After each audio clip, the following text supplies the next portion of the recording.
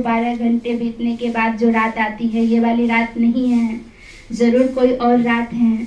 वो कौन सी रात है?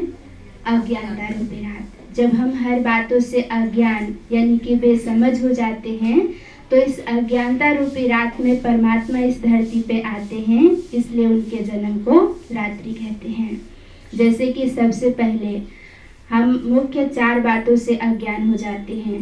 जो पहला खुद को भूल जाते हैं, दूसरा उस खुदा को भूल जाते हैं, तीसरा अपने घर को भूल जाते हैं और चौथा अपने धर्म को भूल जाते हैं। तो भूल जाने के कारण हम क्या करते हैं? भटकने लगते हैं, धक्का खाने लगते हैं, दुखी होने लगते हैं। जैसे कि कोई बच्चा घर से बाहर निकले और वो अपना नाम भूल जाए, वो अपने घर का पता भूल जाए, वो अपने पिता का नाम भूल जाए, वो अपने धर्म कास्ट को भूल जाए, तो उस बच्चे का क्या होगा? क्या होगा? भटकता रहेगा, दुखी होता रहेगा। तो हम सब का भी क्या हाल था? वही हाल था कि हम खुद को भूल गए थे कि हम कौन हैं। स्त्री है, पुरुष है, ये तो हम कहते आए, इंजीनियर है, डॉक्टर है, बैरिस्टर है, ये परिचय देते आए, लेकिन हम सत्य में कौन हैं ये भूल गए। तो भूल जाने के कारण हम भी क्या कर रहे हैं? भटक रहे हैं। जब खुद को भूल गए, उस खुदा को भूल गए, कहाँ से आए हैं वो भूल गए, अपने धर्म कास्ट को भूल गए, तो भूल जाने के कारण हम भी भटकने लग गए। तो जब ऐसे भटकने लग जाते हैं, तब परमात्मा आकर इस धरती पर हमें सत्य पहचान देते हैं कि तुम सत्य में कौन? एक आत्मा हो। ये शरीर तो नाश्वर है, नाश हो जाना है, तो इस शरीर के साथ साथ जो परिचय है वो भी खत्म हो जाएगा, तो सत्य तो नहीं हुआ। तो हम सत्य में कौन? एक आत्मा है।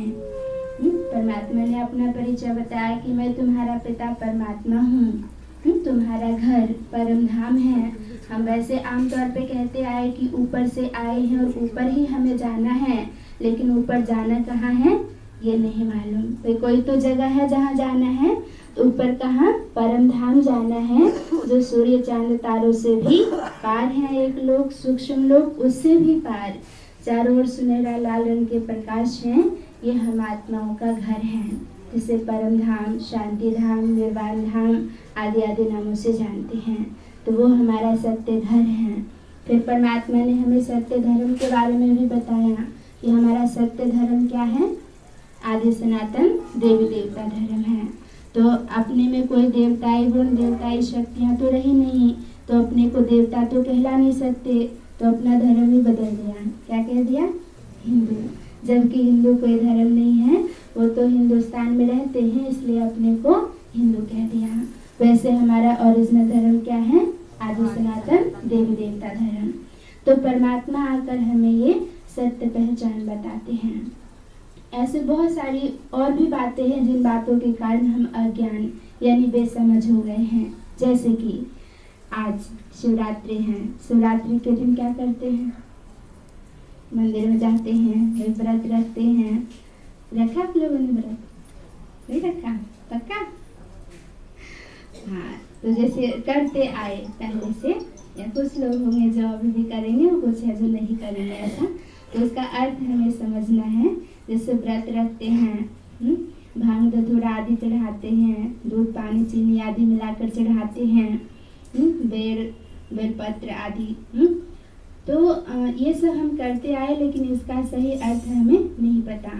परमात्मा हमें कभी ये नहीं कहते कि तुम अन्न का व्रत रखो और शरीर को कष्ट दो, नहीं। और परमात्मा कभी ये नहीं कहते कि तुम साल में एक बार व्रत रखो और अन्न का, नहीं। परमात्मा कहते तुम रोज व्रत रखो, लेकिन किस चीज का? बुराइयों का। लेकिन हमने क्या किया? उल्टा कर दिया। बुराई सारे अपने अंदर ही है और अन्न ना खा करके शरीर को और ही कष्ट दिया। तो क्या इससे भगवान प्रसन्न हो जाएंगे? सोचने वाली बात है कि एक तरफ व्रत रखते हैं, किस लिए? पुण्य के लिए, और दूसरे तरफ बच्चों ने कुछ किया 4 थप्पड़ मार देंगे, पड़ोसियों ने कुछ किया 4 गाली दे देंगे, या 4 जने आपस में बैठे तो बैठ कर चुगलीखोरी करना शुरू कर देंगे। तो इससे क्या बनता है? पाप। तो एक तरफ हमने व्रत रखा हुआ है, अन्न पानी शरीर को नहीं दे रहे हैं, कष्ट दे रहे हैं, किस लिए? पुण्य के लिए। और दूसरे तरफ ये जो पाप कर रहे हैं, तो क्या इससे भगवान प्रसन्न हो जाएंगे? तो प्राप्तियां होगी कुछ नहीं। तो तभी तो आज ये हाल हो गया ना, इतने दिनों से व्रत आदि करते आए लेकिन फिर भी कुछ उन्नति नहीं हुई। क्यों? क्योंकि सही मायने में तो हम कुछ किया ही नहीं। तो परमात्मा आकर के इसका सही अर्थ बताते हैं। परमात्मा कभी ये नहीं कहते कि तुम अन्न का व्रत रखो और शरीर को कष्ट दो, नहीं। परमात्मा कहते हैं तुम रोज व्रत रखो, लेकिन किस चीज का? बुराइयों का। तो बुराइयों का व्रत रखेंगे रोज, तो एक एक करके बुराई हमारे अंदर से निकल जाएंगे। जैसे कि जब हम व्रत रखते हैं तो ध्यान रखते हैं कि आज मेरा व्रत है, आज अन्न नहीं खाएंगे, पानी नहीं पिएंगे, नमक नहीं खाएंगे, खटाई नहीं खाएंगे, नहीं तो हमारा व्रत टूट जाएगा। तो सेम उसी तरह से सुबह उठते ही हम एक व्रत लें कि आज कुछ भी हो जाए मुझे गुस्सा निकलना है। आज गुस्सा हर एक को आ जाता है, छोटी छोटी बातों पे भी आ जाता है, ना चाहते हुए भी आ जाता है। तो हम सुबह उठते ही एक व्रत लें कि मुझे गुस्सा नहीं करना है या लालच नहीं रखना है। बहुत सारी बुराइयां हैं जैसे ईर्ष्या, द्वेष, नफरत, घृणा, आलस्य, अलबेलापन, ये सभी तो बुराइयां हैं। जोर से बोलना, गाली देना, लड़ना झगड़ना, ये सभी तो बुराई में ही आते हैं ना। तो अच्छा क्या है बुरा क्या है ये समझ तो हमें है ही। तो रोज हम एक बुराइयों का व्रत लें कि आज हम ये नहीं करेंगे। तो पूरे दिन हम ध्यान रखेंगे कि मेरा व्रत है, आज मुझे गुस्सा नहीं करना है, या किसी को जोर से नहीं बोलना है, या आंख नहीं दिखाना है, या किसी का दिल नहीं दुखाना है, जो भी। तो पूरे दिन हम ध्यान रखेंगे तो स्वाभाविक है कि कंट्रोल होगा वो चीज़, और एक एक करके बुराई हमारे अंदर से निकल जाएंगे। और स्वाभाविक है कि जब हमारे अंदर से बुराइयां निकल जाएंगी तो उस खाली जगह पे अच्छाइयां धारण होगी, और अच्छाइयां धारण होगी तो हम एक दिन अच्छे इंसान बन जाएंगे, और अच्छे इंसान से हम एक दिन मनुष्य से देवता बन जाएंगे। तो फायदा है ना। और अन्न का व्रत रखने से और ही क्या हुआ? कमजोरियां आ जाती है तो और ही नुकसान हुआ। तो भगवान हमें कहते हैं तुम रोज व्रत रखो, लेकिन किस चीज का? बुराइयों का। लेकिन हमने क्या किया था? उल्टा कर दिया था। तो अब हमें सुलटा करना है।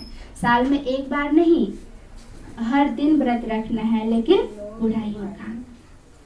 फिर जैसे भांग धतूरा आदि चढ़ाते हैं तो परमात्मा कहते हैं कि भांग धतूरा में क्या होता है? कड़वाहटें होती हैं, कड़वापन। तो परमात्मा ने कहा कि जो तुम्हारे अंदर कड़वापन है वो मुझे दे दो, लेकिन हमने क्या कर दिया? उल्टा। जंगल से भांग धतूरा तोड़कर और उन्हीं के ऊपर चढ़ा दिया, और अपने अंदर की कड़वाहटें निकाली नहीं, तभी तो फिर और गिरते गए। इसका अर्थ है कि हमें अपने अंदर से बुराइयों को, अपने अंदर से जो कड़वाहटें हैं, कड़वापन है, वो सब निकाल देना है। फिर जैसे बेड़ आदि चढ़ाते हैं तो परमात्मा कहते हैं कि कभी किसी से बैर नहीं रखना है। कल भी बाबा ने कहा था छेड़खंड होकर रहना है, तो हमें आपस में बहुत प्यार से रहना है, कोई बैर भाव ना हो। फिर दूध, पानी, चीनी आदि मिलाकर चढ़ाते हैं तो परमात्मा ने कहा कि दूध की तरह तुम साफ और स्वच्छ बनो। जैसे दूध कितना साफ और स्वच्छ होता है, तो परमात्मा ने कहा तुम्हारा दिल भी कैसा? साफ और स्वच्छ होनी चाहिए। लेकिन हमने क्या किया? कुछ उसमें से धारण नहीं की। परमात्मा कहते हैं कि मतलब तुम्हारे दिल बिल्कुल साफ और स्वच्छ होने चाहिए, कोई छल कपट नहीं। कहते सच्चे दिल पर साहेब राजी। साहेब मतलब भगवान। तो हमारा दिल साफ होगा तो भगवान हम पर राजी होंगे। और सोचने वाली बात है कि जब भगवान हम पर राजी हो जाए तो कोई काम रुक सकता है क्या? नहीं। तो हमें अपना दिल कैसा? साफ और स्वच्छ रखना है, कोई छल कपट नहीं। परमात्मा ने कहा जल के तरह शीतल बनो। जैसे जल शीतल होता है, कोई अधिक गुस्से में होते हैं तो क्या कहते हैं? इन्हें एक गिलास ठंडा पानी पिला दो, ये शांत हो जाएंगे। तो परमात्मा ने कहा जल के तरह शीतल बनो और चीनी के तरह मीठा बनो। जैसे मीठा खाना सब पसंद करते हैं, ऐसे ही हमारा चाल चलन स्वभाव इतना अच्छा हो कि सबको अच्छा लगे। तो परमात्मा ने कहा इनमें से ये गुणों को अपने जीवन में धारण करो, लेकिन हमने क्या किया? इनमें से एक भी गुण अपने अंदर धारण नहीं की, और सब कुछ मिलाकर और उन्हीं के ऊपर चढ़ा दिया कि तुम ही बनो। तो ये भी क्या है? अज्ञानता है। ऐसे बहुत सारी छोटी छोटी बातें हैं जिन बातों के कारण हम अज्ञान यानी बेसमझ हो गए। तो इस अज्ञानता रूपी रात में परमात्मा इस धरती पे आते हैं, इसलिए उनके जन्म को रात्रि कहते हैं। तो अभी बिल्कुल घोर कलयुग चल रहा है, घोर अंधियारी रात। घोर कलयुग की कुछ निशानी बताई गई थी, जो आप चेक करेंगे तो वही समय दिखाई देगा। घोर कलयुग की पहली निशानी बताई गई थी कि जब घोर कलयुग आएगा तो कन्या मनचाहा वर मांगेगी। तो आज के समय में वही हो रहा है ना, कन्या मनचाहा वर मांग रही हैं। अगर मनचाहा वर नहीं मिली तो वो एक जगह छोड़कर दूसरे जगह चले जाएंगे। और पहले के समय में कन्या को जहाँ शादी कर दी जाती थी वो अपना जीवन वही व्यतीत करती थी। आज के समय में कन्या मनचाहा वर मांग रही हैं, तो वही समय चल रहा है। घोर कलयुग की दूसरी निशानी बताई गई थी कि जब घोर कलयुग आएगा तो नारी बालों का फैशन करना शुरू करेंगे। तो आज वही समय चल रहा है। कहते हैं कि किसी समय में नारी बालों में कैंची नहीं लगाती थी, लेकिन आज नारी बालों का फैशन कर रही हैं। तो वही समय चल रहा है। घोर कलयुग की तीसरी निशानी बताई गई थी कि जब घोर कलयुग आएगा तो गाय विष्टा खाएंगे। तो आज के समय में वही हो रहा है। जिस गाय के गोबर को इतना महत्व दिया जाता है कि पूजा के स्थान पर लेपने का काम आता था, लेकिन आज उस गाय को खुलेआम छोड़ दी जा रही है। कूड़े कबाड़े में जाके पता नहीं क्या क्या खा रहे हैं। फिर कहेंगे गाय के गोबर में बदबू आती है, आदि आदि। ये सब भी क्या कर रहे हैं, बेकदर ना। एक तरफ कहते गाय हमारी माता है और दूसरी तरफ इतनी बेकदर कर रहे हैं। तो ये सब भी घोर कलयुग की निशानी है। घोर कलयुग की चौथी निशानी बताई गई थी कि जब घोर कलयुग आएगा तो अनाज पैकेटों में मिलेंगे। तो आज वही समय है। हर चीज़ पैकेट में मिल रहे हैं और वो भी ओरिजिनल नहीं, डुप्लीकेट। तो ये सब घोर कलयुग की निशानी है।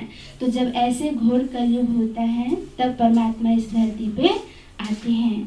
और जब परमात्मा इस धरती पे आते हैं तो हमें ज्ञान रूपी रोशनी देते हैं, जिससे हमारे में समझ आ जाती है। तो हम अब समझ के साथ चलेंगे। हर एक चीज़ के अर्थ तो हमने समझ लिया है, तो अर्थ समझकर सही मायने में हम शिवरात्रि मनाएंगे। और आज अपने पिता परमात्मा का जन्मदिन है, तो अपने अंदर जो भी बुराइयां हैं, क्योंकि परमात्मा चाहते हैं कि हमारा दिल कैसा हो, साफ और स्वच्छ हो। तो अपने दिल को साफ और स्वच्छ करना है। दिल में जो भी कहवाहटें हैं या जो भी बुराइयां हैं उन सबको आज बाबू को गिफ्ट में दे देना है, ठीक है। और सही मायने में शिवरात्रि मनानी है। अच्छा, एक बार फिर से आप सभी को शिव जयंती की बहुत बहुत बधाई हो। ओम शांति।